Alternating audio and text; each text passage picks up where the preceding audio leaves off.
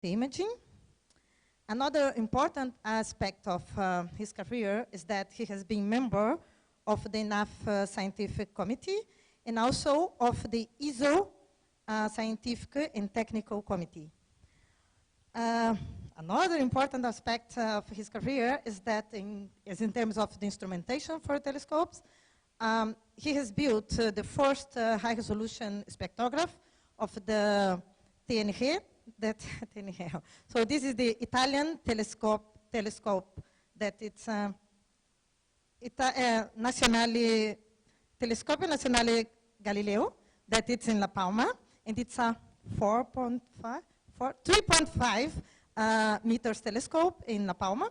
So he built the first high-resolution spectrograph for this telescope, and he has been the instrument scientist of the Italian part of the sphere, and the sphere is in the VLT, and also for EPICS, and both for planet finders for VLT and for ELT, both of these, as you know.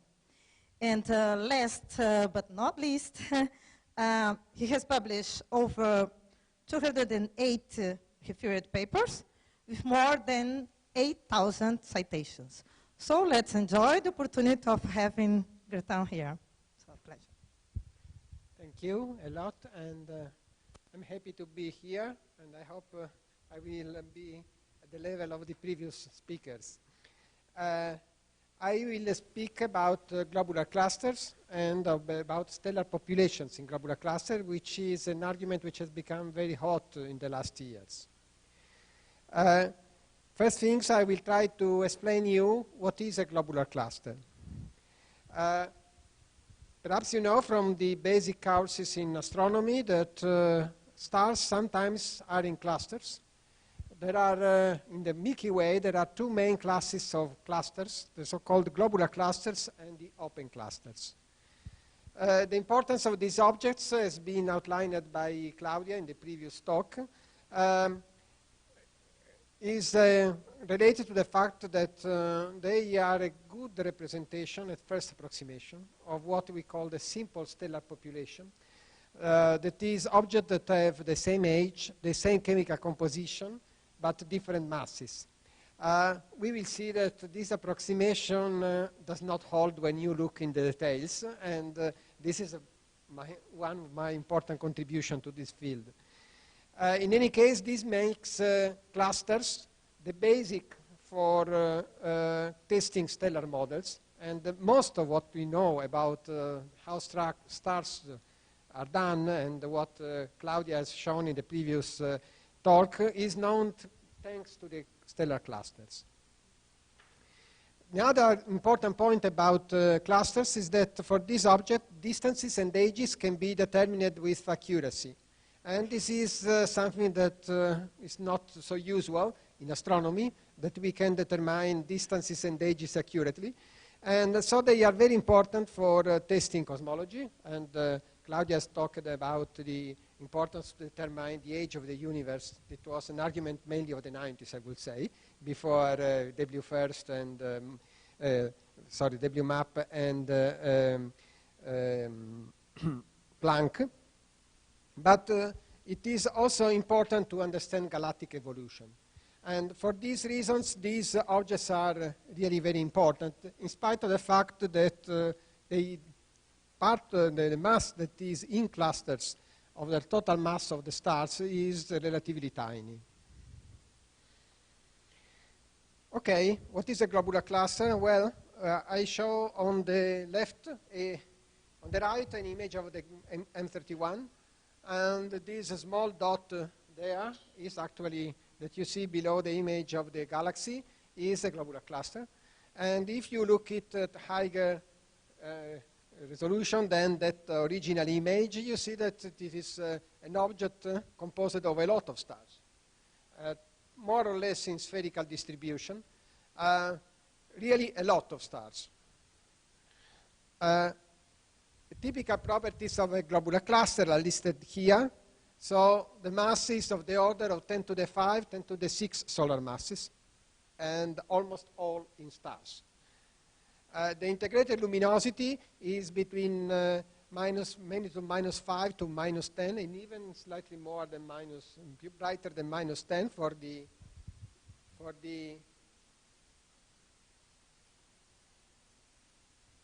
the brightest ones.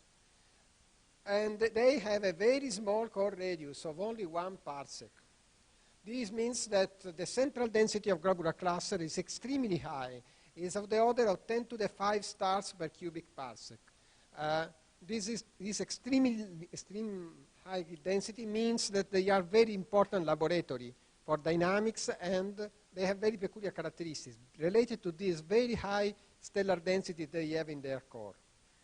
They span in the Milky Way, they span a very wide range in metallicity between about less than 100 and solar to more than solar. The age is, for the clusters in the Milky Way, the age is old.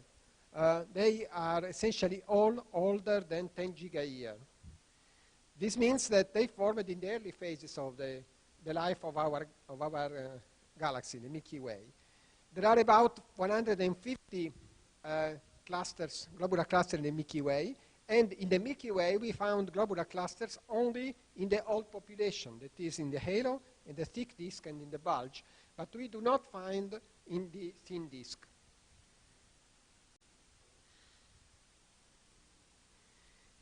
Claudia has introduced you to the color magnitude diagram, which is the bread and butter for stellar astronomer. So the color magnitude diagram is shown on the left. On the right you have a nature diagram with petal type rather than color, but essentially it's the same. You have an axis which is substantially the temperature and an axis which is substantially the luminosity. And the stars are distributed on particular parts, particular position in this color magnitude diagram. And Claudia has already introduced you for all these parts, but all of them are very important to understand what happens in globular clusters. So it's very important that one familiarize with the color magnitude diagram and with all the different phases of the evolution of the stars, of the small mass stars in the case of globular cluster, that they represent. So we have the main sequence where core helium burning. Then at some point the hydrogen in the center is exhausted. The star leaves the main sequence. The position where it leaves is called the turn-off, which is in terms that you must learn very well because it's very important in astronomy. Then you have the phase, the giant branch, which represents the hydrogen shell burning phase. The core of the star is essentially a white dwarf. And we have around this white dwarf, we have a convective envelope where hydrogen is burned in some part of this convective envelope. Just below, sorry, the convective envelope. And then we have this phase lasts until the mass of the helium core, of the white dwarf that is at the center of the RGB star, goes over a minimum value that is enough to start burning helium in the center. When this occurs as an helium flash. So it is the star can change completely its structure for in a very short time and go here in this part of the color magnitude diagram, which is called the blue the horizontal branch. The horizontal branch is called horizontal because it appeared horizontal in the early observations of globular cluster, but actually it has a turn, and part of this horizontal branch is almost vertical in the typical color magnitude diagram. This is the phase in which you have core helium burning and hydrogen shell burning. When the helium at the center is exhausted, and this phase lasts much less than the phase for the hydrogen burning, about 1/10 of that, or even less. The star leaves the horizontal branch and becomes jumping again, raising again along the giant branch in what is called the AGB, asymptotic giant branch. In this phase, we have hydrogen and helium shell burning, The helium shell burning is not stable. It occurs in flash, in a series of flash. These are interspersed by an important phase in which you have some penetration of the outer convective envelope and some mixing of the stars, so you may bring material to the surface. We'll come back on this. And when also the mass of this convective envelope is reached at a given point, the star begins to lose a lot of mass.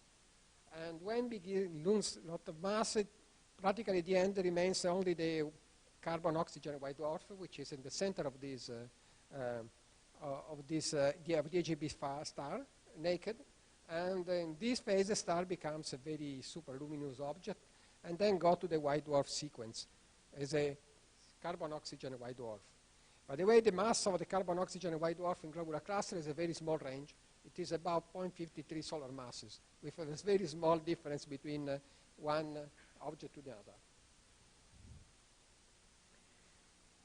On the other hand, this is a picture of an open cluster. This case is another spiral galaxy in which we outline one particular object, which is this one. Actually, this one is not that one. This one is an object in our galaxy, but it is similar to what you should expect to be there. This is an open cluster. And if you compare the image of this object with the image you see before, you see immediately that there are big differences in the number of stars that you have.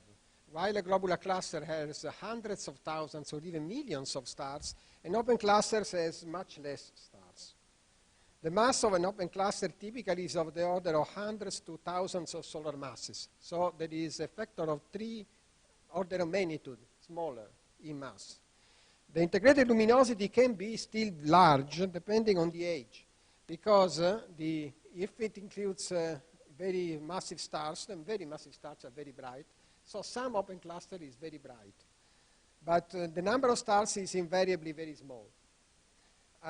The core radius is more or less the same as that you have for the globular cluster, of the order of 1 parsec. But since the number of stars is much smaller, the density is 3 order of magnitudes lower. So it makes a big difference.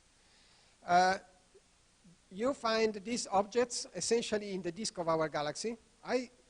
The reason is that the survival time of open cluster is much shorter than the survival time of globular cluster. So the very old open cluster that should have been present in the origin 13 billion years ago now disappeared all.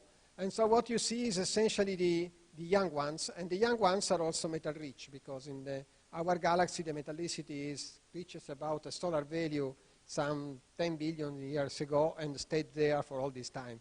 This is one of the things I think Claudia will talk in the next days. There are thousands of open clusters now, and since you have this survival problem, the relative population of open clusters is related to the thin disk. So it's complementary to the globular cluster in some way. And this is the appearance of the color magnitude diagram of an open cluster, which is very different. This is the Hyades, which is one of the closest open clusters to the Sun. You have a very long main sequence, which extends, in this case, to the A stars, about 2.5 solar masses. These kind of stars have noted when they exhaust their hydrogen at the center, and they do not go through the subgiant branch and so on that we have for the globular cluster, but go directly to the red giant branch very rapidly, crossing a gap which is called the Terceira gap. And these red giants, there are very few of them for the reason that Claudia told before. These are not, they have not the degenerate core. They do not pass through this phase.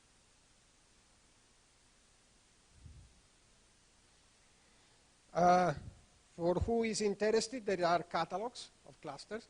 This is the catalog of the globular cluster, which is maintained by William Harris. This is the site. The catalog, the first version of the catalog was in 1996, but it is updated.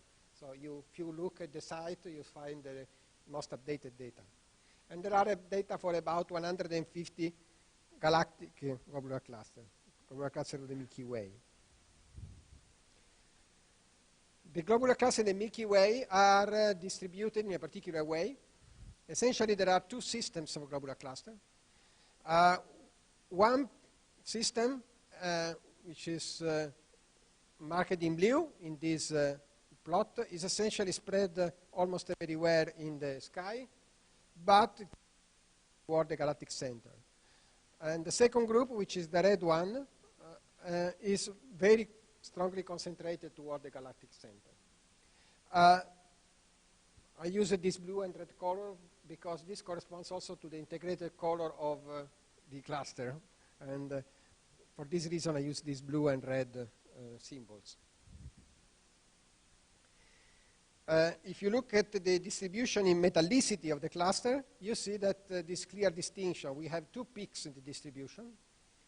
One peak is at low metallicity, about minus 1.6, something like that. And this is for the cluster that I marked in blue before. These are the haloglobular clusters. And the other peak is at about 1/4 of the solar abundance. And these are the disk globular clusters, those that I marked in red before. The difference in colors is due to the fact that the red giant branch shifts in color with metallicity. It becomes redder if the metallicity is higher. And so these clusters appear redder than these ones for this reason.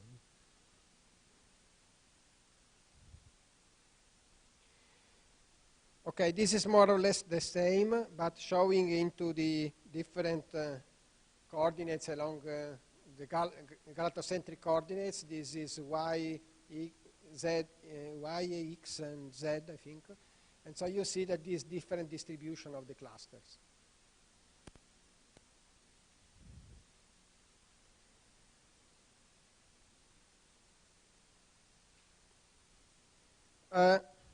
Globular clusters can be considered as a dynamic system and have a number of properties that we can compare with those of galaxies. Particularly, this first plot is the mass of the clusters against the projected half-light radius of the cluster. This span a lot of order of magnitudes. There are 9 order of magnitudes in dynamical mass here, and about more than 4 order of magnitudes against half-light radius here. So these are the global properties that you are considering. And you see that here we plot the globular cluster, which are the blue points, the compact dwarf galaxies, which are in green, the dwarf spheroidal, which are these symbols here, dwarf spheroidal galaxies. Then we have the elliptical galaxies here. And what you see is that these objects, which are very different structures, and we see later why, this divided into essentially 2 big groups that merge for very big objects, but they are very clearly separated among the small objects. So the globular clusters and the blue compact galaxies more or less merge into a single group here, while the dwarf spheroidal are very different and stay there.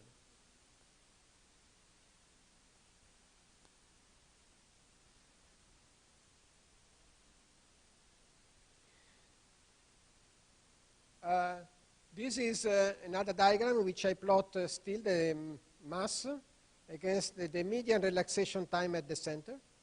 Relaxation time is the two-body relaxation time, this here. I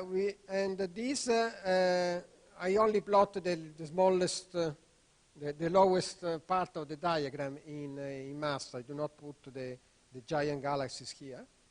And the blue points are the globular cluster. And the other points, green and red, are the ultra-compact dwarf galaxies.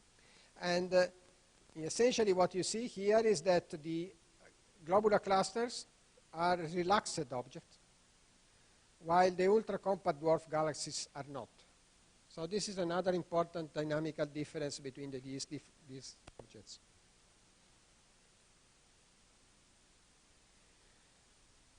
In this plot, I put still the mass in the scissa, but in the ordinata, it is this time the mass to light ratio. This is the dynamical mass to light ratio. Okay, and what you see is that the globular clusters have low mass to light ratio of about 2. The ultra compact dwarfs are a little bit higher, but still very low value, while these points here are the dwarf spheroidals, and that have very large mass to light ratio. This indicates that the dwarf spheroidals are dominated by the dark matter, while the dark matter plays almost no role in globular cluster and in ultra compact dwarf galaxies. These are the most massive galaxies in which the dark matter halo is much more extended than the light distribution. So the mass to light ratio that we have here is still low.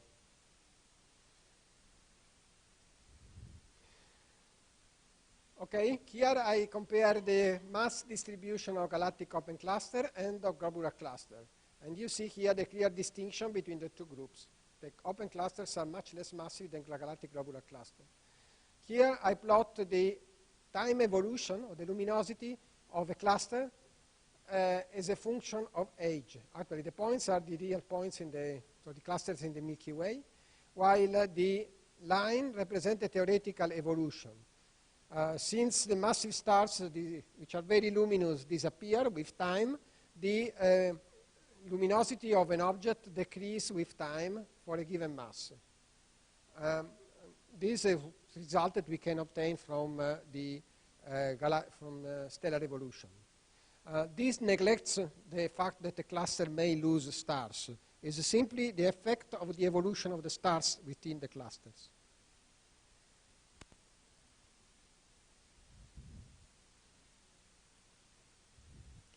However, clusters lose stars, and lose in very different, there are very many evidences for this.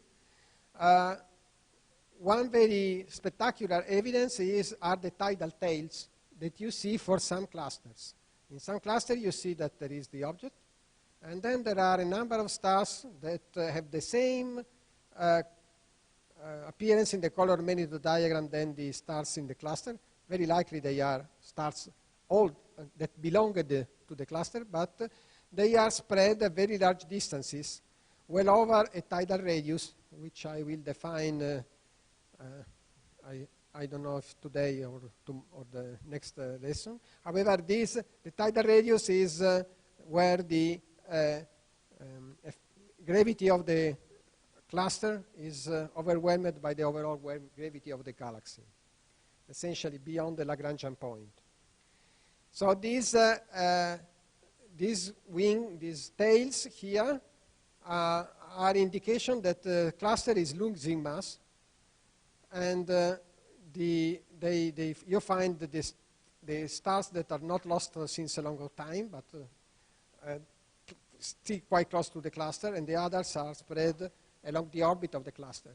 And you see the sum of these, the evidence for these very long tails that spread over almost the whole sky. Not only globular clusters lose stars, but also dwarf spheroidals lose stars due to this phenomenon. So that you can see stars of, for instance, Sagittarius, that are spread over a big area of the sky, very far from the core of the cluster of the dwarf spheroidal Sagittarius. But this the same occurs also for globular clusters.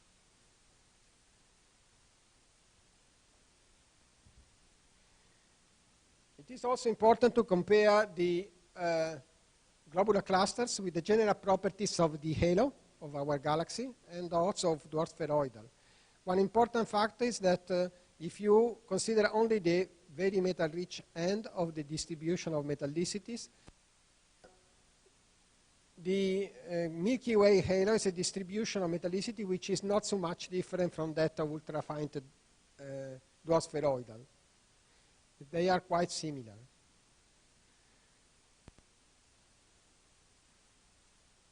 this brought to the idea that the dwarf spheroidals may be the bricks from which halo of stars, of clusters of galaxies are done, but there are problems for this, essentially at higher metallicities. However, we may compare the distribution of the metallicity also for globular clusters with that of the halo. And to do this, we have to remember that the metallicity distribution function of stars out of the galactic plane may be represented as the sum of two terms, a moderately metal-poor disk, which is sometimes called the stick disk, usually called the stick disk, and a more metal-poor halo. The same distribution can be traced in the globular cluster metallicity distribution function. That is also the globular cluster distribution function has these two components. The things that we remember, however, is that in the halo, in the case of our galaxy, the halo of our galaxy, in the field, the moderately metal-poor disk is dominating over the metal-poor halo, essentially by a factor of 10 or something like that. There are much more stars in the metal-poor disk than in the metal-poor halo. While the number of globular clusters that are in the halo is slightly larger than the number of clusters that are in the disk. This means the specific frequency of globular cluster in the two populations is very different. This is shown in this diagram. You see here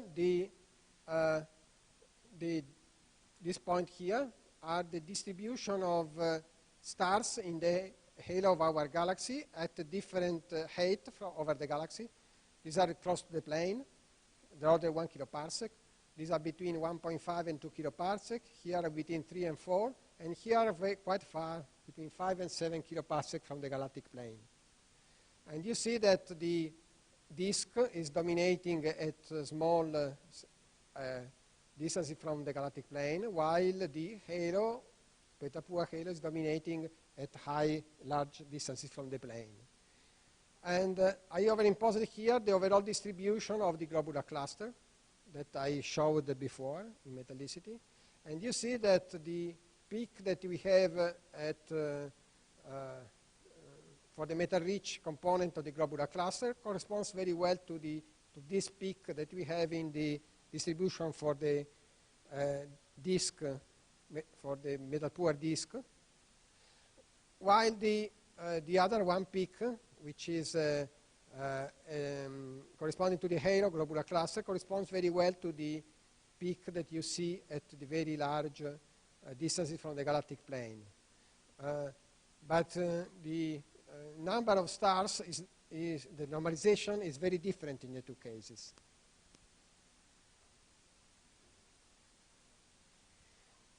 Another important, interesting feature is the luminosity metallicity relation.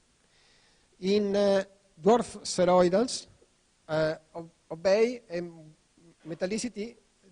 luminosity metallicity relation. The brightest galaxies are also the most metal-rich. This represents the metallicity of the bulk of the population, because in a galaxy, of course, you have a spread in metallicity. But the bulk of the population is metal-rich, while in very poor, very small dwarf spheroidal, you have a very low metallicity. Note that these dwarf spheroidals have a luminosity which is only 1,000 to 10,000 solar. So you must think of a galaxy which is contains only 10,000 stars, something like that. You are accustomed to think of galaxies with billions of stars, but there are also small galaxies which only thousands of stars. And this relation is essentially due to the fact that the galaxy evolve more or less in isolation, these galaxies. And for galaxies that evolve in isolation, there should be a relation between the metallicity and the luminosity, because when you, metallicity means essentially star formation. And star formation means a lot of supernova that inject kinetic energy in the interstellar medium. And when this kinetic energy overcomes the gravitational energy of the galaxy, the gas is lost and stop the evolution of the galaxy. So this is essentially the reason there is luminosity-metallicity relation for the dwarf spheroidals. On the opposite, the globular cluster do not have any luminosity-metallicity relation. These are the galactic globular cluster, and you see that this metallicity is luminosity, and there is no correlation. Okay, so they do not obey the mass luminosity, the luminosity-metallicity relation. And on the other hand, the lower envelope of the distribution is more or less where you have the luminosity-metallicity relation for the dwarf spheroidal. They start from here, but they are typically more metal-rich than you expect for that luminosity.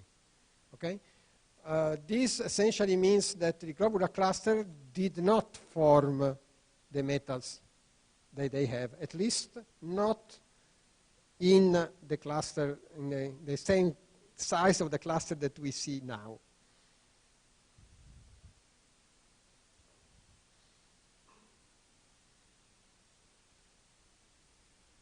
Okay, come back now to the color magnitude diagram, and I will show you some interesting phases that I have not considered before.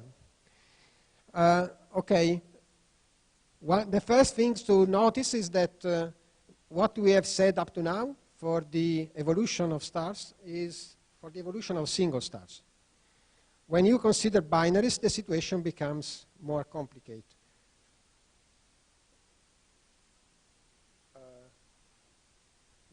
Well, still on single stars. This is something that has been said a lot of time. It's very old results. We know that the turn-off magnitude, that magnitude at which the star leaves the main sequence, depends on the cluster age. This is a diagram by Sandage-Degg in 1969, so it's a very classical and historical diagram, but shows clearly that you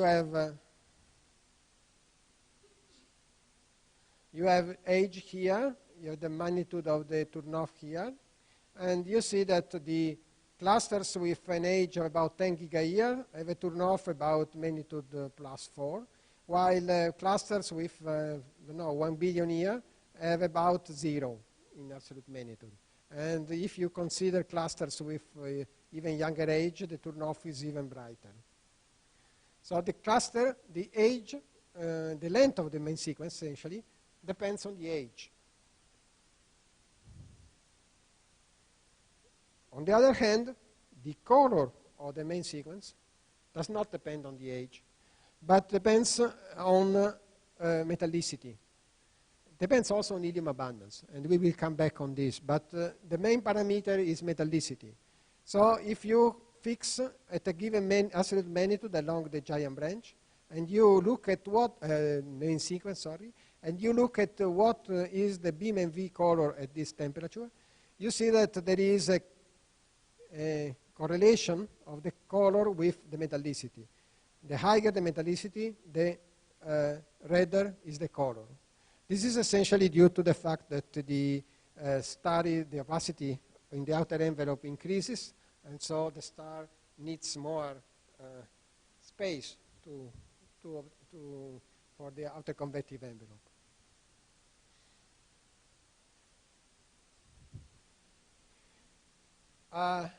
Another feature that is to be looked at in the main sequence of a globular cluster is the binary main sequence. By the way, this is a very extremely nice recent color magnitude diagram.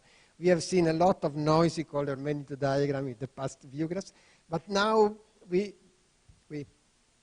people that works on photometry of globular cluster are able to obtain these extremely nice color magnitude diagrams. It is not only because they have very exquisite photometry from the HST, but also because HST allows very good astrometry. And with the very good astrometry, you may clean the color magnitude diagram from the field objects and leave only the objects that belongs to the cluster.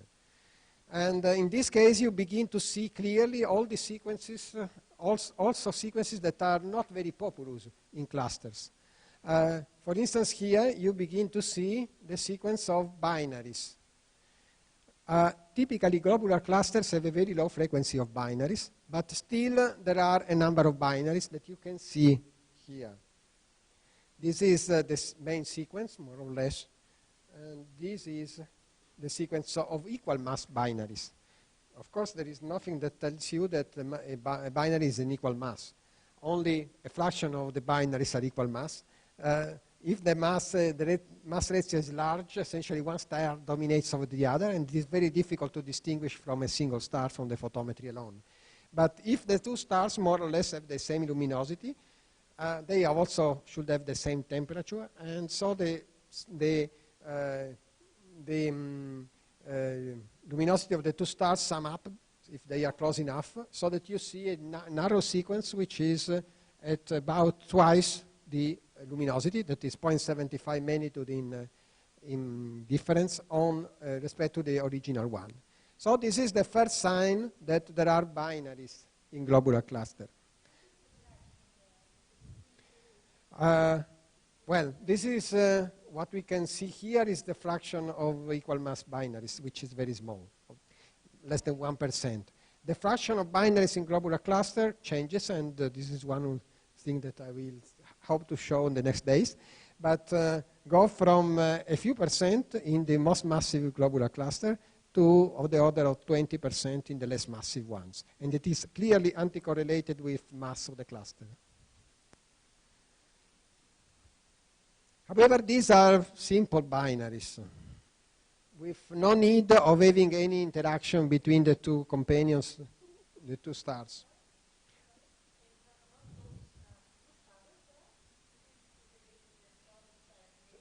What, these ones?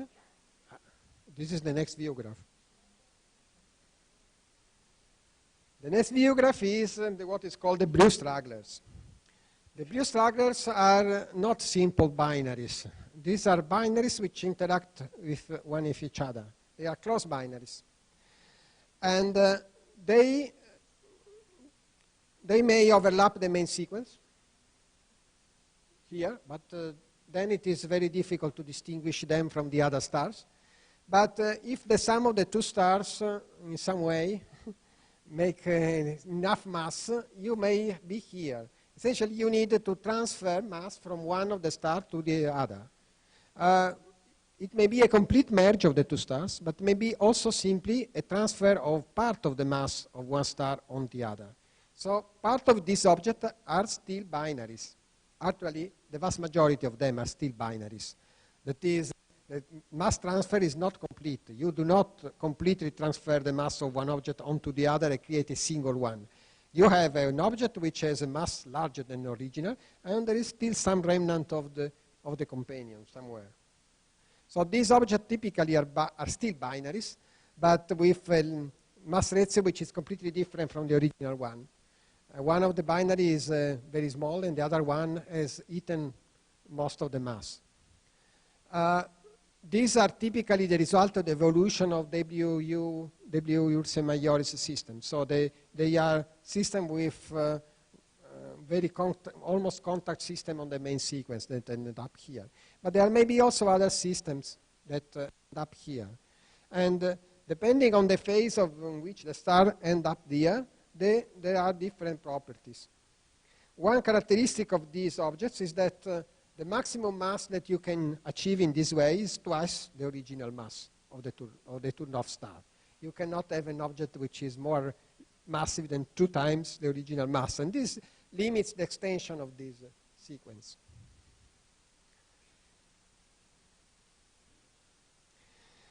How you can create these blue stragglers? Well, there are various channels to create them. I told you about mass accretion in a closed binary system. This is the simplest way to create them. And depending on the phase in which occurs, creates the mechanism is called in different ways. So if it is at the beginning of the Regian branch or during the Regian branch, it's called the McCrea mechanism. If it is from a later phase, from an AGB star, that is transferring mass on the other, then it is called barium star and carbon star. The difference is that the transfer of mass in AGB star has a very different chemistry from the other one. And this is the reason the difference in the names. These systems are relatively rare, but not so rare. In the field, about 1% of the stars are of this group, and possibly more or less similar amount of this other group. So they are rare, but not so rare. Actually, this mechanism is favored in less dense environments. And in fact, you find much more blue stragglers in open clusters than in globular clusters. Okay? So globular clusters are very interesting for blue stragglers, but most of the blue stragglers are in open clusters, not in globular clusters. The reason the blue stragglers in globular clusters are very interesting is that there is also another creation channel, which is the direct collision between two main sequence stars. This requires very dense environments, and only the core of the globular clusters are dense enough for this purpose. So the fact that you have this 10 to the 5 density of stars in the globular cluster is already an impact here. However, if you count the total number of blue stragglers that you have in a cluster, some 80–90% belong to this group, and only 10–20% belong to this group, which dominates only the very central part of the cluster. And in fact, you find that the total fraction of blue stragglers decreases with the density, the central density of the cluster, which seems at opposite with what you expect if this were the dominant mechanism. But certainly in the core of the globular cluster, this is working.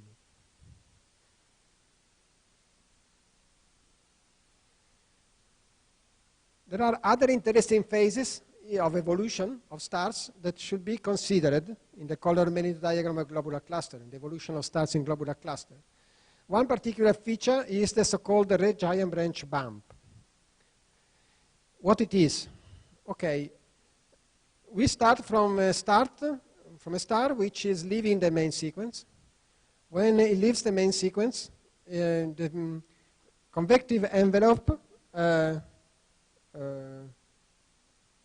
well, you have stars which burns hydrogen up to a given distance from the center, and then stops there.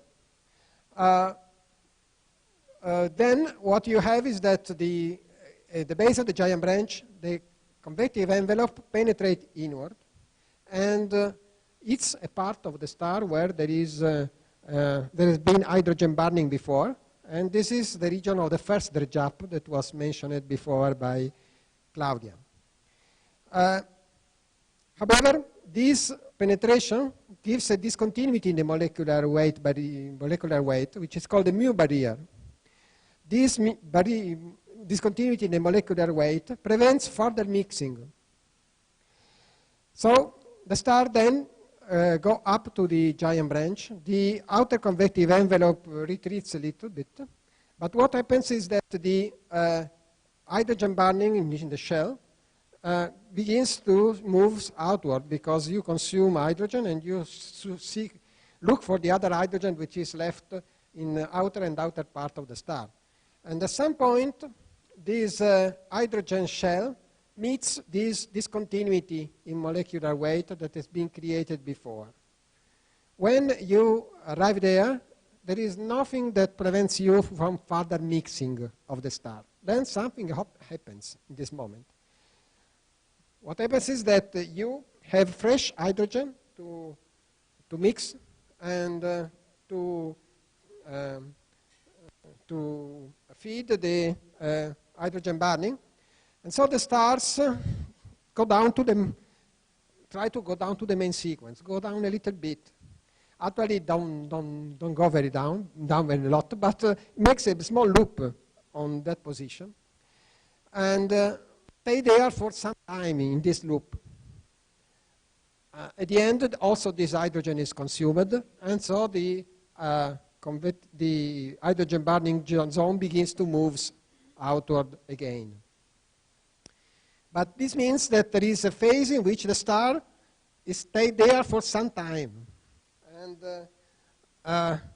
this means that if you look at the luminosity function of the star, you should see accumulation of stars in this position in the color magnitude diagram. There should be more stars than you predict if there were not this phenomenon. Essentially, you see a bump in the luminosity function. This is the luminosity function. Counts of stars as a function of magnitude. There are few stars here because the evolution becomes faster and faster as you go up into the giant branch. But there is this bump here at this phase. This bump is observed if the populous enough and accurate enough color magnitude diagram are obtained. Now they are routinely obtained. And so you have a lot of measures of this bump. You may see it in the integral luminosity function as this change of slope in the integral luminosity function. But if you do the luminosity function, the differential luminosity function, you see a bump. The position of this bump depends on metallicity. Essentially, the luminosity of this bump depends on metallicity. If the metallicity is lower, the bump occurs at a brighter luminosity. If the metallicity is higher, it occurs at a fainter luminosity. Okay? So there is this relation with metallicity of the position of the bump. And this can be calibrated and tells you a lot about the accuracy of your models.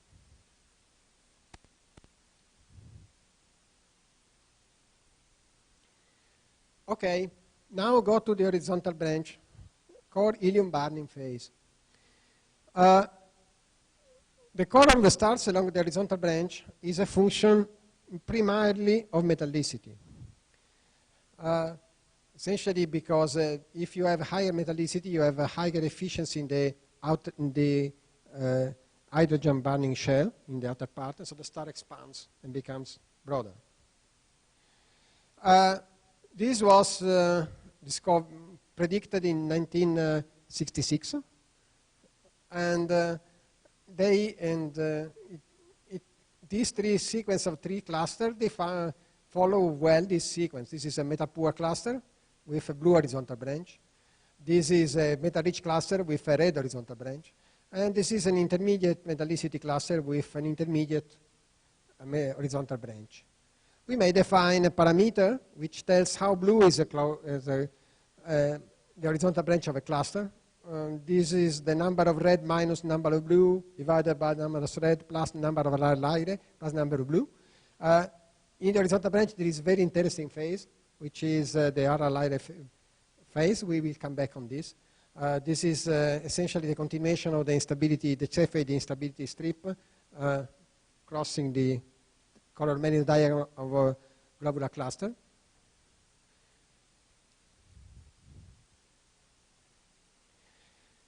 Okay, then a year after they discovered that there should be this dependence on metallicity, they discovered that it is not so simple, does not work. At least does not work so in this direct way. What is called is that there should be at least another parameter. In origin it was called the second parameter effect. Because you have clusters like these two. This is M3, this is M13. These are the NGC number. And these two clusters, which are two of the most classical clusters, well-studied, thousands of papers on both clusters. Well, these two clusters have more or less the same metallicity. Difference is very small, but they have drastically different horizontal branches. M13 is very rich of Rayleigh. Actually, the spread here is due to the fact these stars are variables. They are not really spread in this way. They are much more constant luminosity. But all these stars, these classes have some red stars, some blue stars, but most of the stars are very close to the instability strip. In NGC 6205, on the other hand, there are no Rayleigh. I think there is one known, something like that. Practically now Rayleigh. And there is a very long and blue horizontal branch. So this two horizontal branches are extremely different, while the metallicity is the same. This is the second parameter effect. I will come back. However, as I told you, we will define a parameter that defines the horizontal branch color, and it was noticed then by Zinn some 40 years ago that there is a segregation which differentiate clusters in the inner part of the galaxy from clusters in the outer part of the galaxy, in the sense that the cluster in the outer part of the galaxy seems to have systematically redder colored by horizontal branch than those of the inner part of the galaxy. This suggested that a second parameter may be the age, but I will come back on this. It's not simply age. It's more complicated than this because even here you find that there are a lot of variation between different clusters. Multiple population is a lot to do with this.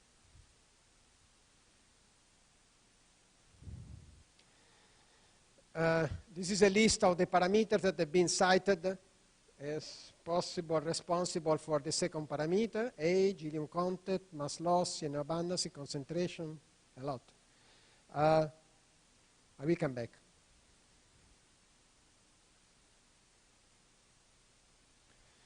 Another part of the color magnitude diagram that we can consider is the white dwarf cooling sequence. White dwarfs are not easy to observe because they are faint, but we have made a lot of progresses, and we can see very easily the sequences of white dwarf now in globular clusters. This is the sequence, the observation of the sequence in M4, which was done in 2004, and also illustrates the importance of having the proper motion selection. These are the raw observation. You see here this is the main sequence. This is the white dwarf sequence, but you see a lot of scatter of stars everywhere. This scatter of stars is due to field stars, not belonging to M4. M4 is Ophiuchus, but quite close to the galactic center, so it's very contaminated field. But if you have observation with enough accuracy in proper motions are separated by enough time and good astrometry, you can see that there are a lot of objects that are here, and this is the cluster, and a lot of objects scattered around, which are essentially the field stars. So you may use a criteria here, so take only the stars that are within a given radius from the star. This is the proper motion in right ascension and declination. So you keep only some part of the part which is close to the proper motion of the cluster, and you leave this. This is the sequence of the white dwarf. Not the scale is not the same one. This 22 is here, 22 is here. But essentially, this is at the lower part. In this diagram, they do not show the main sequence. But this sequence is much more cleaner, and now you may begin to count stars along the white dwarf sequence. Why it is important to count stars along the white dwarf sequence? Well, this is another exercise, more recent. This is, I think, NGC 6397. And you see, this is the original diagram. This is the cleaning that is done in the proper motion, and see the final diagram. And this is the white dwarf sequence now. Why it is important to count stars along the white dwarf sequence? Essentially because this tells you about the cooling time of the white dwarfs, or if you know the cooling time because you know the model of a white dwarfs accurately, you can measure the age of the clusters from the white dwarf cooling sequence. You may use essentially both ways, and this has been done in several papers, and the advantages of this way to derive ages is that the sensitivity to magnitude is much less than the sensitivity to magnitude that you have for the turn-off. So the age is much less sensitive to the distance to the cluster if you use the white dwarf cooling sequence.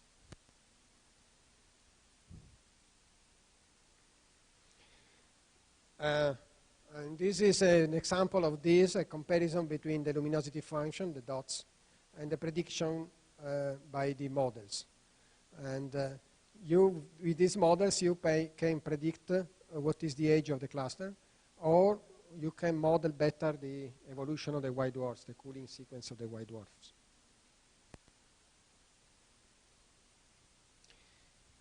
Okay, this is about an hour. Yes, I can stop here and leave for a space of question if there are.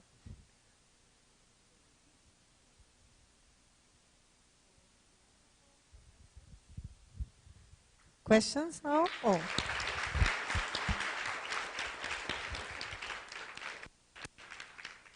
So, are there questions?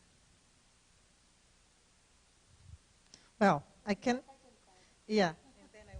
Yes, so you mentioned to use white dwarf to determine the ages of clusters, which I know white dwarf are very useful for distances. Those were one of the suggestions for distances. Initially with the HST, you would say with the white dwarf cooling sequence. Has a comparison between turn-off ages and white dwarf ages been done for many clusters to understand whether there is any? Well, the white dwarf distances have been estimated only for a few clusters, so the comparison is not very extensive. And at the beginning, there appear to be differences, but then the models of white dwarfs improved, and now the differences are small. Essentially, they agree. Very good. So, questions? If not, I do have another. So, I need to look at here. Well, the first one need to be related when you say that you were talking about the dwarf galaxies in comparison with the globular clusters, and then you put another name for the dwarf galaxy. It was the dwarf spheroidals, and then some very compact ones. And the regulars were not there. And I would like to know why. And they are two different beasts. Well, there are galaxies which have a very low surface brightness, and these are the dwarf spheroidal.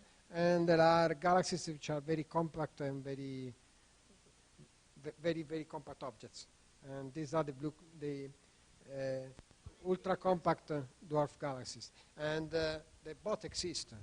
By the way, there seems to exist even galaxies, a lot of galaxies we did not suspect, like the ultra diffuse galaxies and so on at different luminosities or mass range. So the zoo of galaxies is much more extended than we thought at the beginning. However, these two objects are very different, completely different properties. And this means that they have a very different evolution.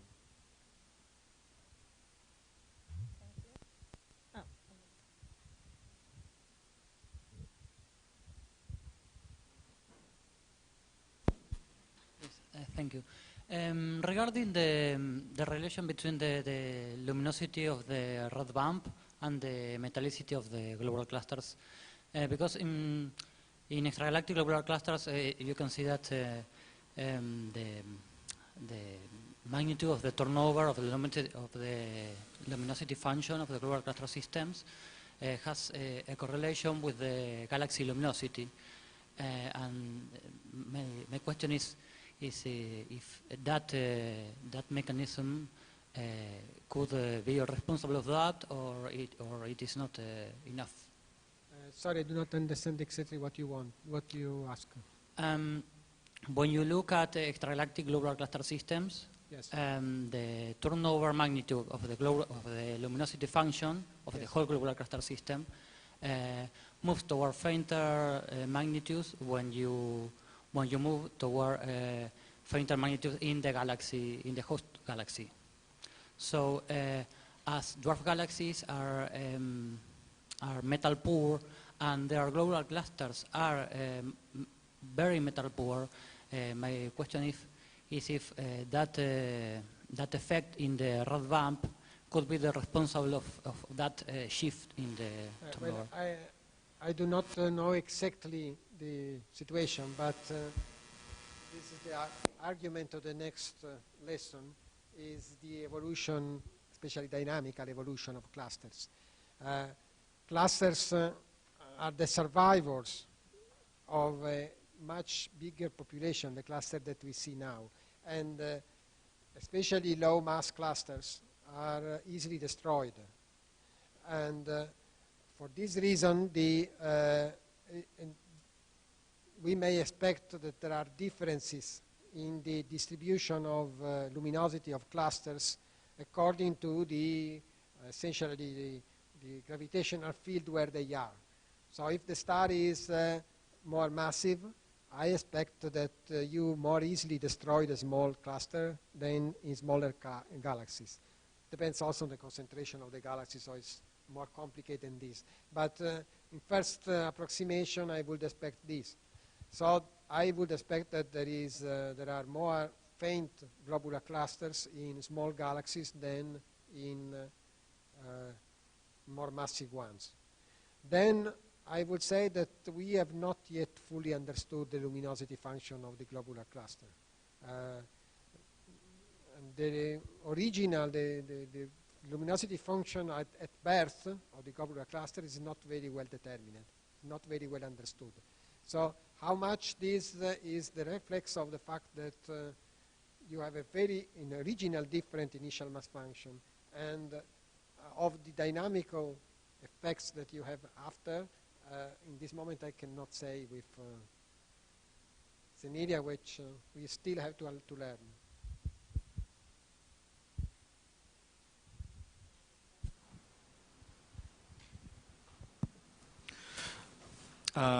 Almost a decade ago, I remember listening about some clusters that were found in the direction of the anti-center, the galactic anti-center, that they were not exactly at the galactic plane, and they had a large height with respect to the galactic plane, but they were not so compact as the globular clusters. The height was more or less 1 kiloparsec or 2 kiloparsecs. And at that time, the person who studied them, it was Peter Frinchaboy, told me that they should be classified as transitional type. And after that, I have not seen these kind of classifications talked about in papers or in talks. Can you discuss a little more about that? Do you know if it's still used, this classification? Well, I showed that especially the diagram with the distribution, if I found it.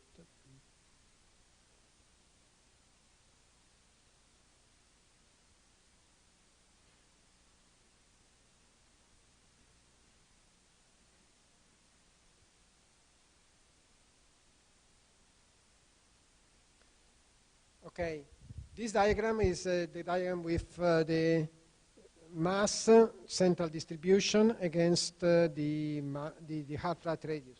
Okay, this was the situation in 2008. Now it is much more populated. You have a lot of objects that were not present in this diagram. Most of the objects that have been discovered are here, low mass dwarf spheroidals. But actually there are objects that are in between the typical globular cluster and the low mass dwarf spheroidals. There are 2 or 3 of them, not very numerous, that is, but it's not completely empty, this region. There are objects that are in between. And these are the transitional objects that you are referring. These objects are a little bit strange, but the origin is not completely well settled. There is the idea that these may be tidal objects, tidally stripped, results of tidal stripping from some other object, and for this reason end up in this part of the diagram. That is, there are main sequences, but there are also scattered objects to be understood.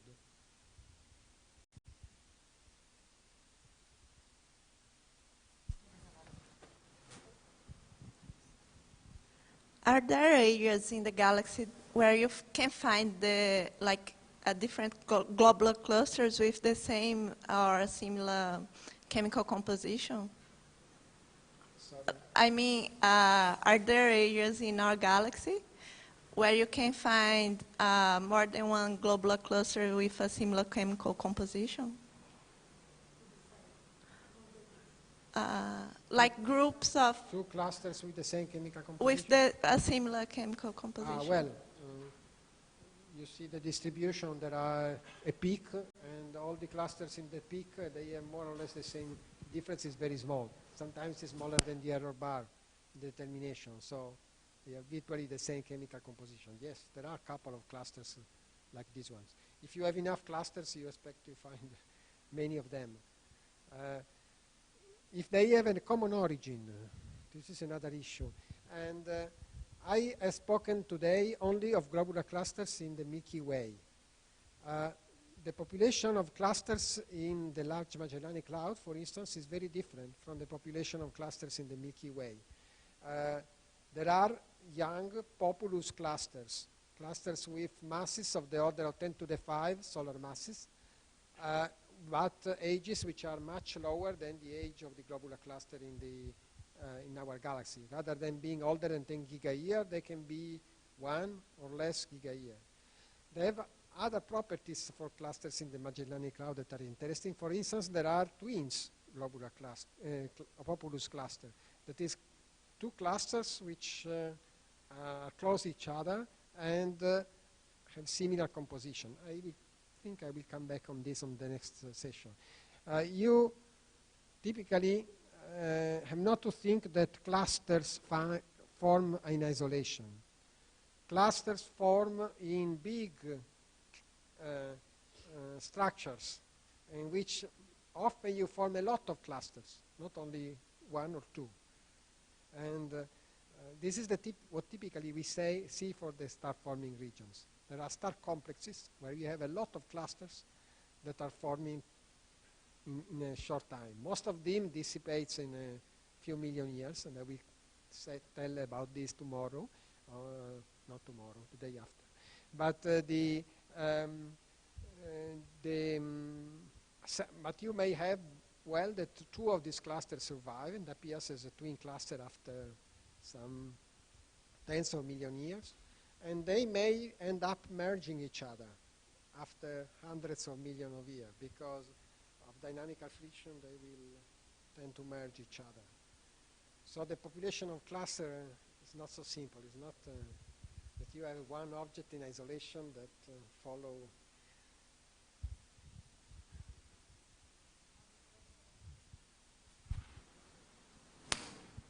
Could you go back, please, in the map of globular clusters in the Milky Way?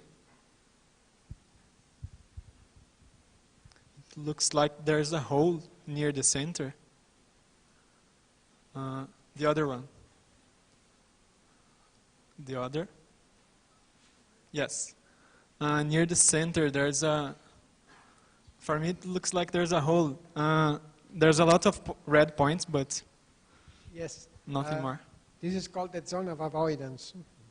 It's now almost filled, but it was empty in origin. And the reason is that the interstellar absorption is very strong to the direction of the galactic center, or actually also in other direction if it is close to the plane. So it's much more difficult to find globular cluster there. Also, the star density is much higher, so it's not so obvious to see the cluster against a very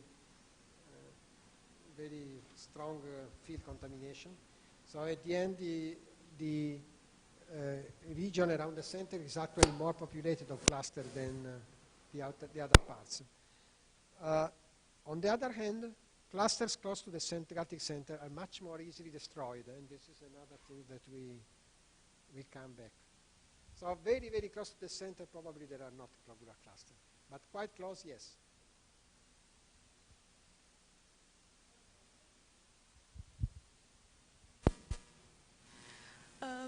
There is an image, a few slides after this one. I think the comparison was between luminosity and metallicity in dwarf galaxies and globular clusters. And I don't know if I got it wrong, but you said it was an evidence. I can't point it there. It was an evidence that globular clusters cannot retain gas. They cannot self-enrich. Is that correct? Because I was under the impression that self-enrichment was still a possibility for the multiple populations. Well, this is iron, by the way. Not the multiple population phenomenon is mainly related to other elements and not to iron. Okay. But in any case, there are a couple of clusters in which you have spread in iron. One classical example is omega Cen, which is the brightest globular cluster in the galaxy. However, in this plot, I do not know if even I plotted the omega Cen. It's only one point. And most of the population of omega Cen is here. And the ability to retain gas from the supernova ejecta, so the needle for iron, is typically very low. Even in omega Cen, if you make a closed box model, you end up with a result which is completely different from the observation. And you have to assume that the cluster has lost 90% at least of the ejecta of the supernova to produce the metallicity distribution that is observed. So this is the most favorable case for differences. So in general, the fraction of gas from the supernova that is lost is much higher. You don't see any evidence for abundance variation of iron. So yes, the clusters do not self-enrich in iron. In iron, okay, thank you.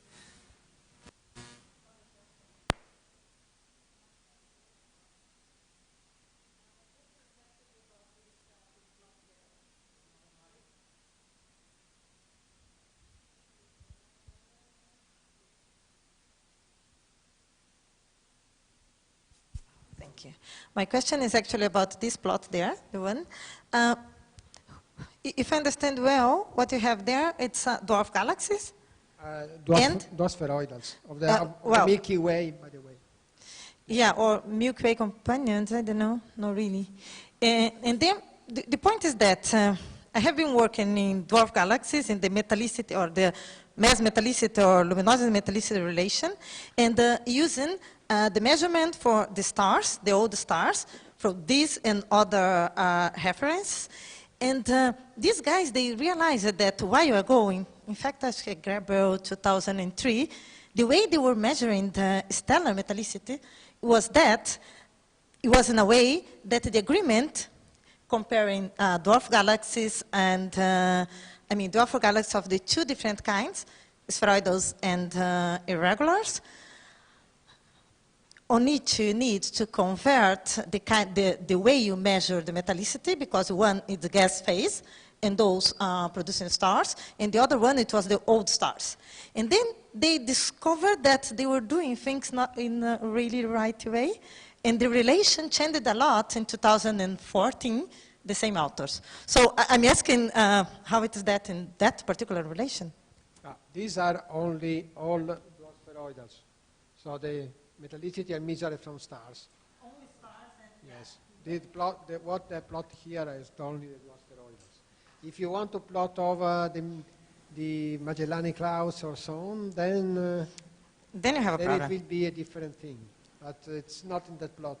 By the way, the Magellanic Cloud, I think, was my attempt to put the Magellanic Cloud. It's here.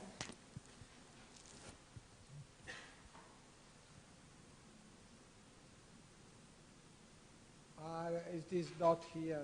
I think this is the LMC.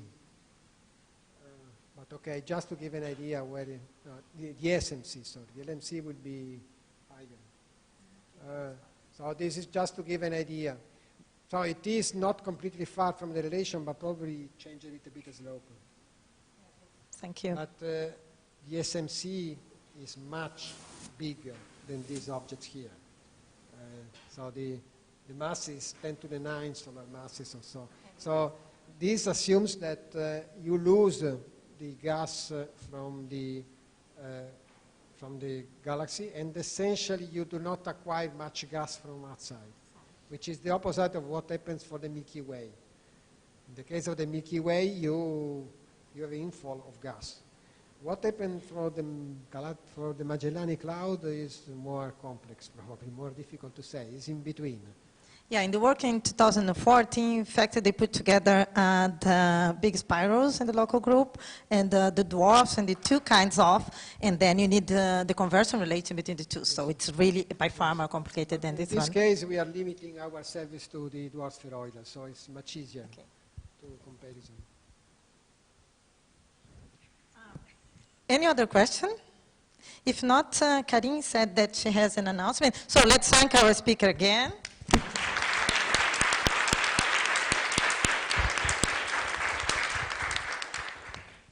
Just a few general announcements. First, don't leave. We have a cocktail that will be served in the area outside, right by the solar system. So it's actually pretty nice, nicer than the coffee break area, for instance. So that should start in. No, I think it's at 6. It's at 6 or at 6:30. Soon. It will start soon. Just to be clear. So do stay for that. Take advantage to talk to people. Keep your name.